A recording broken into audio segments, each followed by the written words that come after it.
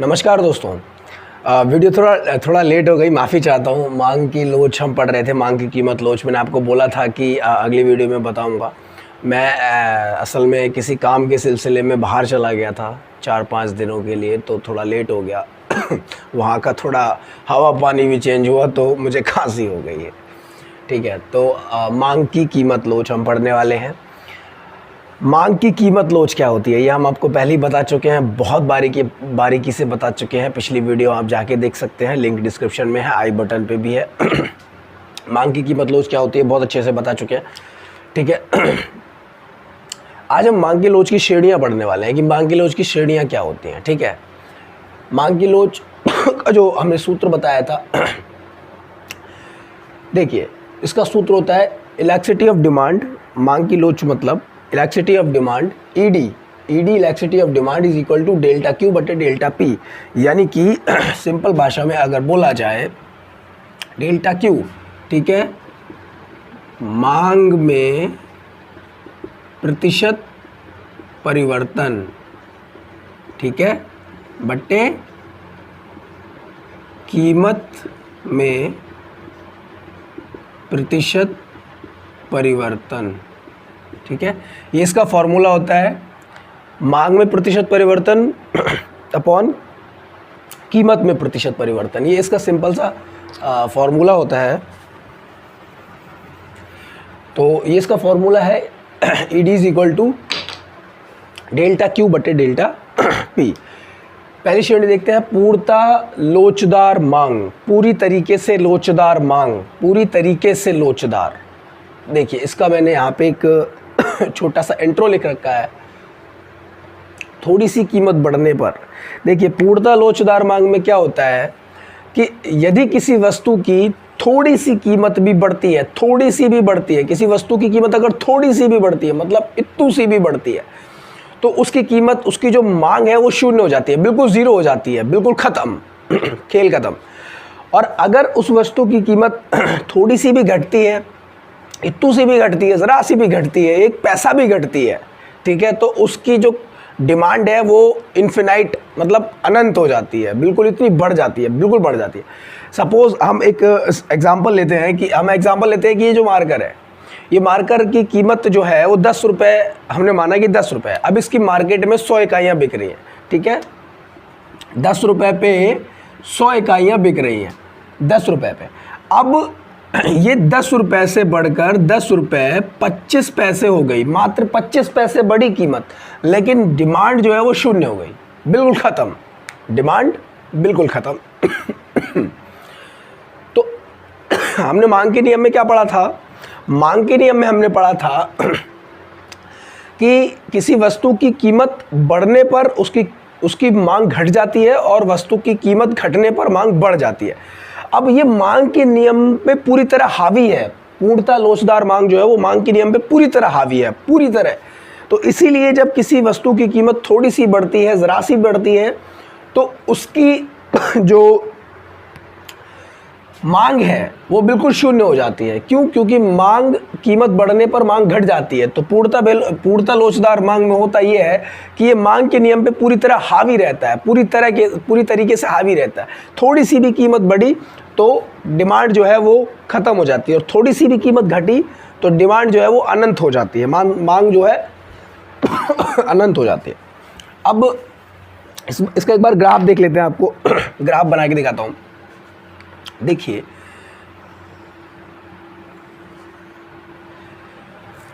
हमने माना कि यहाँ पर वस्तु की जो कीमत है ये वो 10 रुपये है, ठीक है।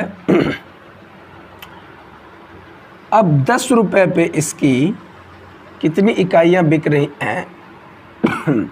100 इकाइयाँ बिक रही हैं। अब वस्तु की कीमत अगर बढ़ेगी तो क्या होगा? फिर तो ये यहाँ पे आके रुक जाएगा, बिल्कुल ज़ीरो हो जाएगा।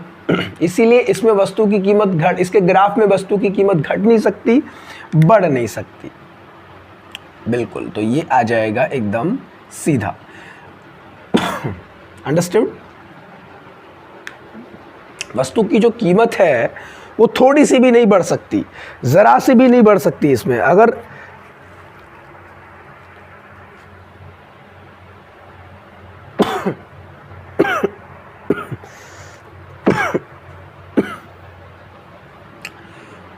सॉरी थोड़ा पानी पिया था। तो वस्तु की जो कीमत है वो थोड़ी सी भी नहीं बढ़ सकती, इसमें ज़रा सी भी नहीं बढ़ सकती। अगर ज़रा सी भी बढ़ेगी तो क्या होगा, वस्तु की जो डिमांड है वो शून्य हो जाएगी, बिल्कुल ख़त्म हो जाएगी। इसीलिए इसकी जो कीमत है वो बिल्कुल एग्जैक्ट वहीं पे रहेगी जहाँ पे है। अगर वस्तु की कीमत ज़रा सी भी बढ़ी तो डिमांड शून्य हो जाएगी। तो इसी कीमत पर हम कितनी भी इकाइयाँ इसकी खरीद सकते हैं, ठीक है, इसी कीमत पर। क्योंकि अगर कीमत ऊपर नीचे हुई तो फिर इसका ग्राफ आप नहीं बना सकते। ठीक है, दूसरा देखते हैं।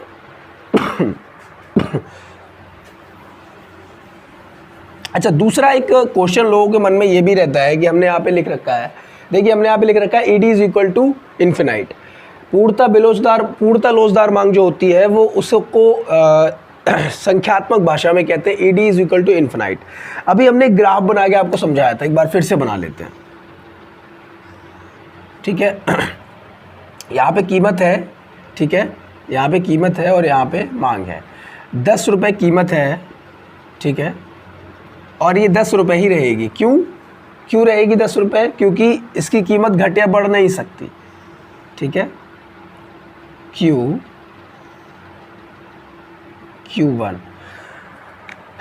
देखिए यहाँ पे इस फॉर्मूले को देखिए, मांग में प्रतिशत परिवर्तन अपॉन कीमत में प्रतिशत परिवर्तन।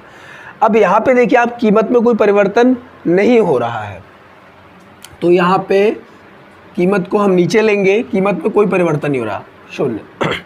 मांग में हम कोई भी परिवर्तन ले सकते हैं 5, और अगर आप इसको इससे काटेंगे तो क्या, इन्फिनाइट या फिर 0, आप कुछ भी लिख सकते हैं। तो इस तरीके से ED is equal to infinite हम बोल सकते हैं। ओके, चलिए दूसरे की तरफ चलते हैं। दूसरा है हमारा पूर्णता बेलोचदार मांग। ठीक है, ये है पूरी तरीके से बेलोचदार मांग। इसमें क्या होता है, ये पूरी तरीके से बेलोचदार है। यहाँ पे हम देखेंगे कीमत घटने बढ़ने पर भी मांग में कोई परिवर्तन नहीं होता।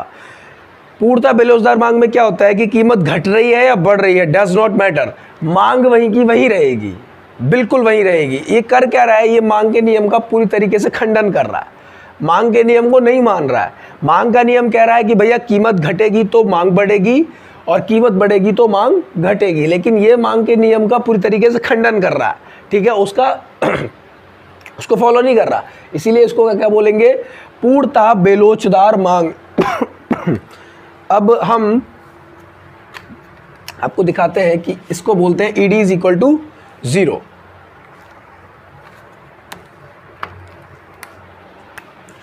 इसका ग्राफ बना लेते हैं। ठीक है, कीमत 10 रुपये ले ली हमने, 20 ले ली, 30 ले ली, लेकिन क्या फ़र्क पड़ता है, फ़र्क क्यों, मतलब यहाँ पे कीमत घटे या बढ़े, अगर किसी चीज़ की इकाइयाँ 100 बिक रही हैं तो भैया वो 100 ही बिकेंगी, उससे फ़र्क नहीं पड़ता। ठीक है, वो 100 ही बिकेंगी, राइट। ये मांग के नियम को फॉलो नहीं करता, मांग के नियम का खंडन करता है। पूर्णता बेलोचदार मांग के नियम का खंडन करता है। अब यहाँ पे देखिए ईडी इज इक्वल टू 0 या इन्फिनाइट कह सकते हैं। यहाँ पे हम देखेंगे कि मांग मात्रा में कोई परिवर्तन नहीं हो रहा, 0 अपॉन कीमत 10 इज इक्वल टू 0, तो ED is equal to 0। Done. कोई भी प्रॉब्लम अगर हो तो आप मुझे कमेंट करके बताइए, मैं आपको समझाऊंगा।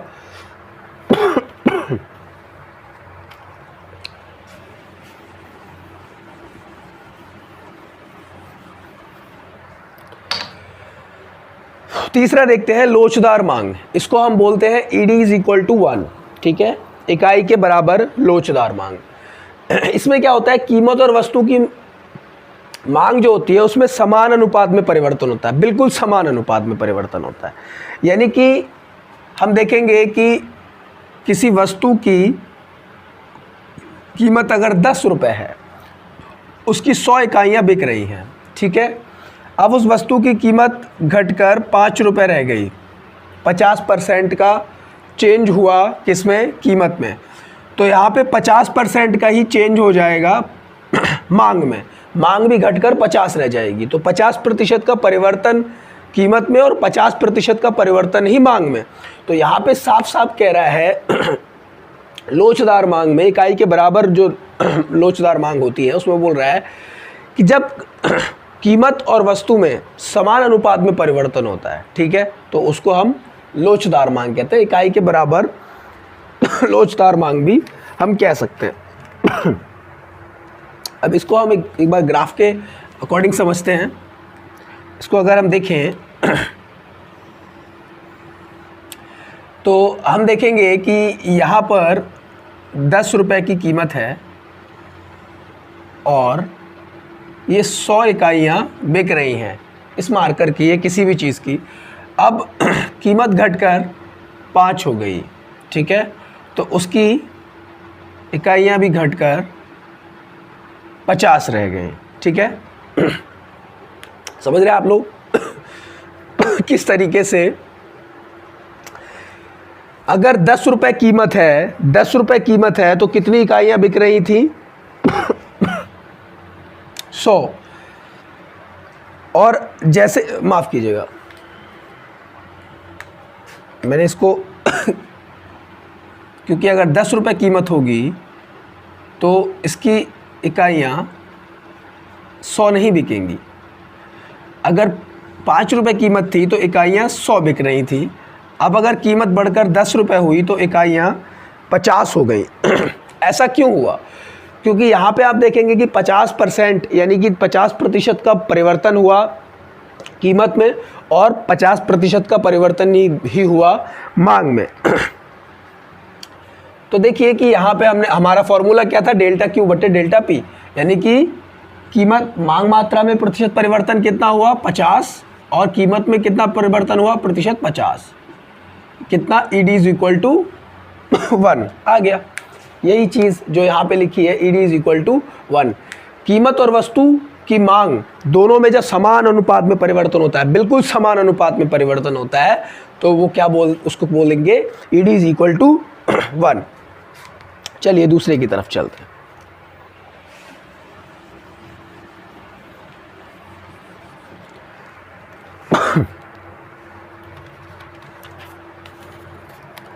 जो दूसरा है वो है अत्यधिक बेलोचदार मांग।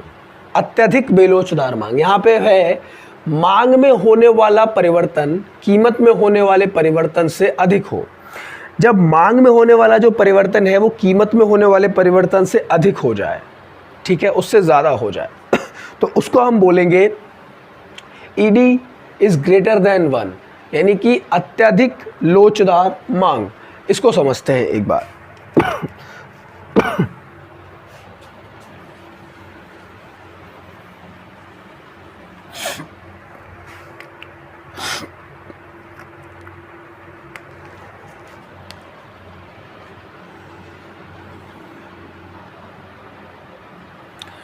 अब हमने माना कि किसी वस्तु की कीमत 10 रुपये थी और उसकी 10 रुपये पर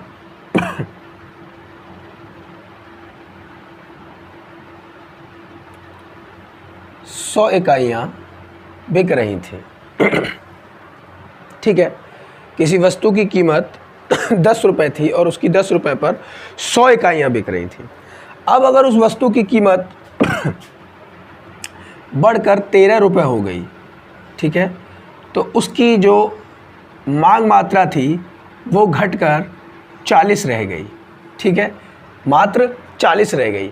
अब हम यहाँ पर क्या देख रहे हैं कि कीमत में जो परिवर्तन हुआ वो तो महज 30% ही हुआ, 30% हुआ, लेकिन मांग में कितना परिवर्तन हुआ 60% हो गया। तो यहाँ पे हमने क्या पढ़ा कि मांग में होने वाला परिवर्तन कीमत में होने वाले परिवर्तन से अधिक होता है। तो मांग में होने वाला जो परिवर्तन है वो कीमत में होने वाले परिवर्तन से क्या है, अधिक है। क्या है, ED is greater than 1, electricity of demand is greater than 1। अब इसको हम कैसे देखेंगे, यहाँ पे कितना परिवर्तन हुआ, कीमत में कितना परिवर्तन हुआ 30% का, ठीक है। तो हमारा कीमत परिवर्तन कहाँ आएगा, नीचे आएगा, ठीक है, हमारे फॉर्मूले के अकॉर्डिंग। और मांग मात्रा में कितना परिवर्तन हुआ, 60% का, ठीक है, तो 60 मांग मात्रा ऊपर आएगी, तो ये इससे सीधा सीधा 2 बार कट जाएगा। यहाँ पे है ED is greater than 1, electricity of demand is greater than 1, यानी कि इकाई से ज़्यादा, एक से ज़्यादा, ठीक है। होप कि समझ गए होंगे आप लोग। दूसरी चीज़ की तरफ चलते हैं, इसको समझने का थोड़ा प्रयास करते हैं, ठीक है। अत्यधिक बेलोचदार मांग, अत्यधिक बेलोचदार मांग यानी कि ED इज लेस देन 1। यहाँ पे बोल रहा है मांग में होने वाला परिवर्तन कीमत में होने वाले परिवर्तन से कम है। यहाँ पे क्या था, मांग में होने वाला परिवर्तन कीमत में होने वाले परिवर्तन से अधिक था, यहाँ पे मांग में होने वाला परिवर्तन कीमत में होने वाले परिवर्तन से कम है, ठीक है। उसको हम ED इज इक्वल टू 1 कहते थे, इसको हम ED is greater than ED is less than 1 बोलेंगे।